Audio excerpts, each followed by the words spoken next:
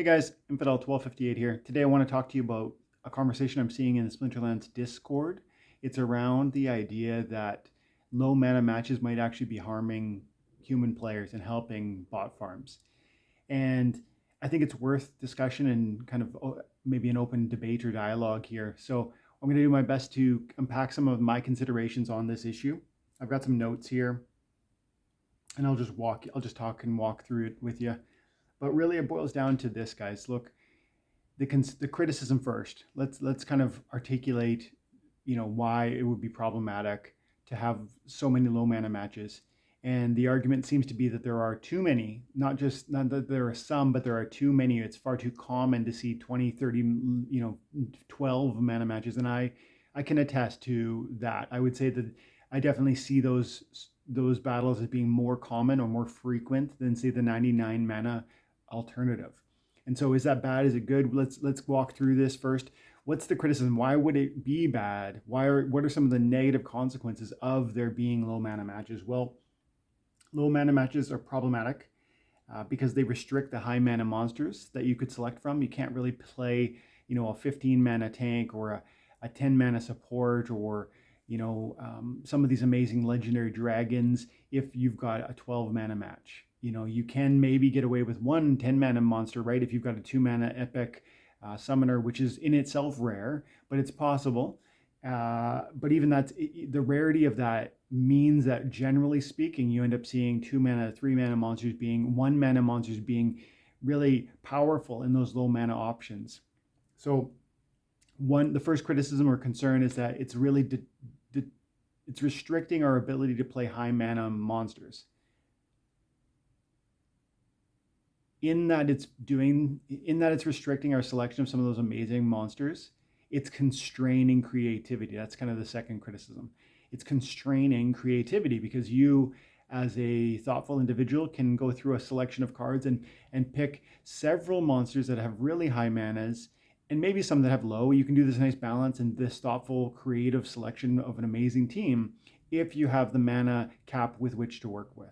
If you're talking 30, 40, 50 mana, I find that I can almost always build the team that I want. If you're constrained by mana cap in building the team you want, that you feel would be optimized for that given splinter or your given daily reward, your daily quest, then you are constraining creativity by definition. So that's criticism number 2. And lastly, they are arguing that these constraints and these limitations on monster selection are enabling bots to play successfully with trivial selections or trivial decks, trivial monster options, right? And I think there's some truth to that. I have to say, if a bot if there's a lower mana cap, then it's likely that certain low mana monsters end up being really powerful within every context. Whether you're at 99 mana or at 12 mana, certain monsters that have 1 or 2 mana cost end up being really uniquely powerful because they're useful across a spectrum of game types. As long as you have access to that splinter, for instance, the Failed Summoner, which is a green off tank with 2 mana cost and 9 hit points, 10 if you're at the highest level because of strengthen. It has Demoralize, Magic Reflect. It has a lot of tank abilities, and it's an amazing card, and it only costs 2 mana. You look at the slime. Is it called the Creeping Ooze? I forget what it's called. The 1 mana slow monster. It's a neutral card. You look at Pellicor Conjurer. It's a 2 mana off tank. You look at Chicken, which is 0. You look at the Fiends. These cards are 0 or 1 or 2 mana cost, and they end up being applicable. Whether it's at 99 mana, they can be really helpful. Even if they're not utilizing your full mana cap, they can be really helpful, but then they're necessary at those low mana caps. So I have to agree. I do think the more low mana matches we have, or even that we have low mana matches at all, it does open the door to this idea that bots can predict which cards are going to be maximally beneficial and then really just spam those plays. That is, I don't know that you could argue that. And that is maybe a problem. So I want to spend the rest of the video just unpacking some of my concerns or thoughts around these criticisms. I do have some pushback on these things. Um, Although I agree with those three principles that maybe those things are happening due to low mana matches, I think there's another side of the coin. So let's talk about it.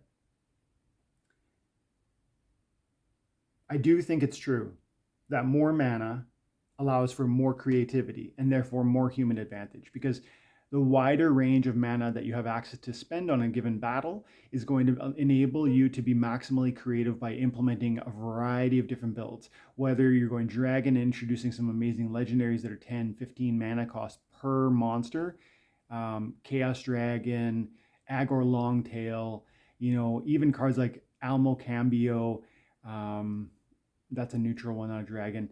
But these are like 7, 10, 15 mana. You're not playing those in a low mana match, but they end up being these amazing support monsters or carry cards if you have the mana to work with. And strangely, as good as those cards can be, if you look at Aggro Longtail, it's an amazing dragon tank with self-heal, void armor, melee and magic damage output. It's very, very powerful. It's got taunts. It's so good.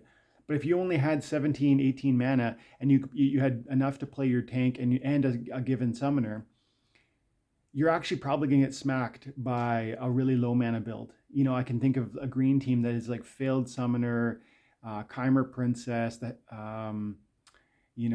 what's the other one?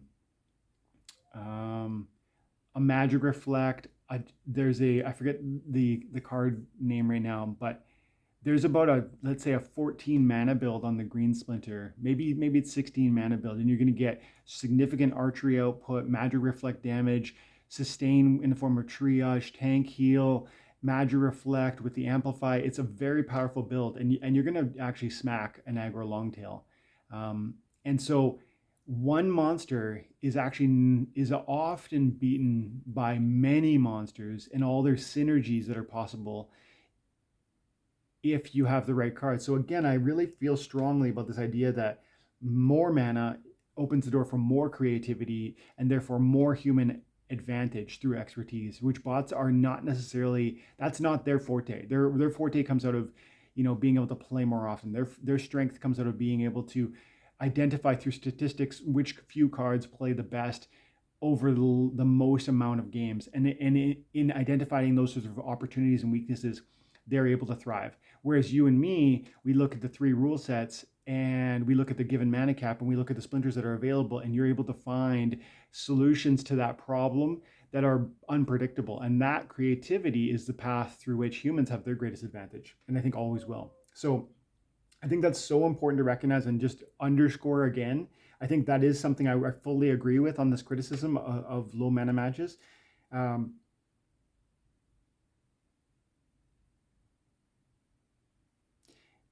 And yeah, high mana matches would enable a wider viable selection, a wider series of options for viable selections.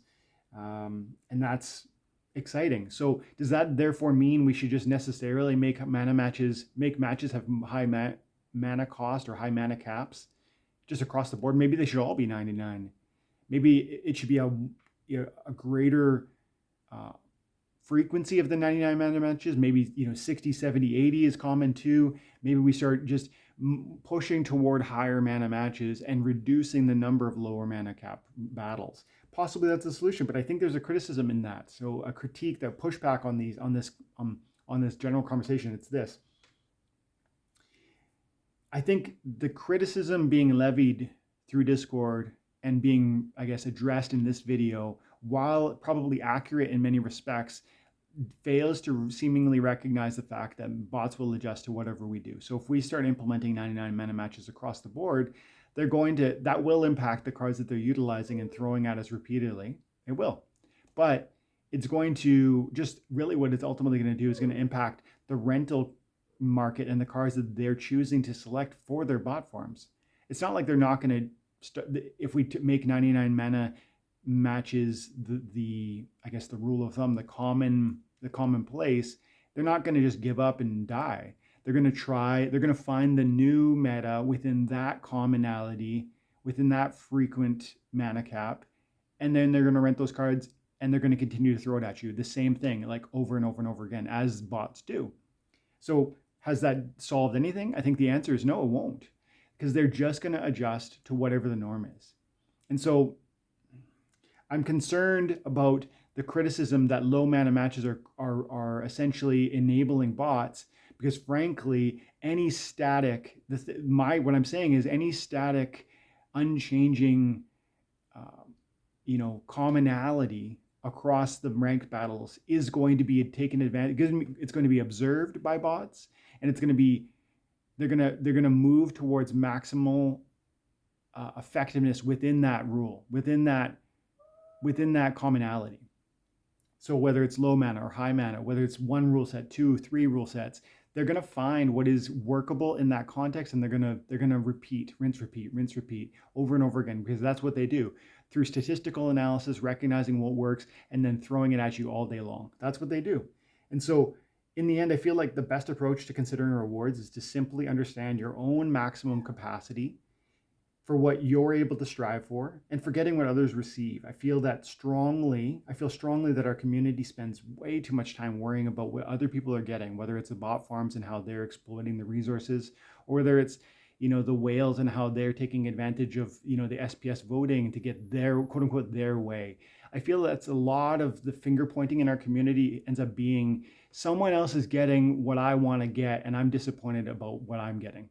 And I think that's probably going to spark some negative comments. And if it does, I'll happily read them and I'll engage with you on that topic. But I feel strongly that that's true. And as I've said before, if that is like on my channel, I've said many times, I enjoy kind of unpacking things that I think are necessary, not things that you need to hear, but not things that you want to hear, but things that I think you need to hear. And if you're going to be enjoying blockchain, if you're going to be enjoying Splinterlands, if you're going to be here for many, many years to take advantage of the rewards that are going to come through time and attention, I think you need to recognize the key is not focusing on what other people are getting. That's never going to lead to the massive win. The key for your success is going to be enjoying something on enjoying trivial rewards that add up over time, and that because of deflationary nature are going to appreciate across a long enough time horizon. That's going to be founded on the idea that this game is fun and it has a future. If it's not fun and if it doesn't have a future, then there's no investment opportunity here. But if it is fun and there is a future, then just enjoy the trivial rewards that you're receiving through your time and attention, and just let them accumulate. And you will be surprised by what they turn into financially. And that will take time, but patience is key. And I think I just wanted to close with one idea, because I think on this idea of stop the focus on what other people are doing, and start focusing on what you're up to. I saw this quote. It goes, focus on yourself, don't get lost in other people. And I think if we as a community, within Splinterlands, within an NFT, within Web 3.0, web gaming, I think that's going to change everything. Because when we stop and we worry about how the bot farms are taking advantage, or we complain about what the whales are doing, or when we complain that rewards are too high in blank league but not high enough in my league, all of that it should be white noise, because at the end of the day, the game is either fun and has a future or not. And if it is fun and has a future, then you position yourself wisely to accumulate those rewards. Forget what other people are doing. Position yourself, focus on yourself, stop being lost in what other people are doing. So I don't know. I do think, in closing, I do think probably high mana matches more of them would be a great thing. Maybe it's just a slight push towards more of them. Maybe it's a greater variation between high and low. Maybe it's making sure we get 25% really low mana matches, 25% really high mana matches, and like 50% right in the middle. I don't know how to think that through, but I do feel strongly that increased high mana matches are going to enable maximum creativity and maximum human advantage. But I also think that bots will adapt to whatever rule set we make sort of commonplace. I'd love to see what your comments are, guys. And I just hope you have an amazing day. God bless you. Bye.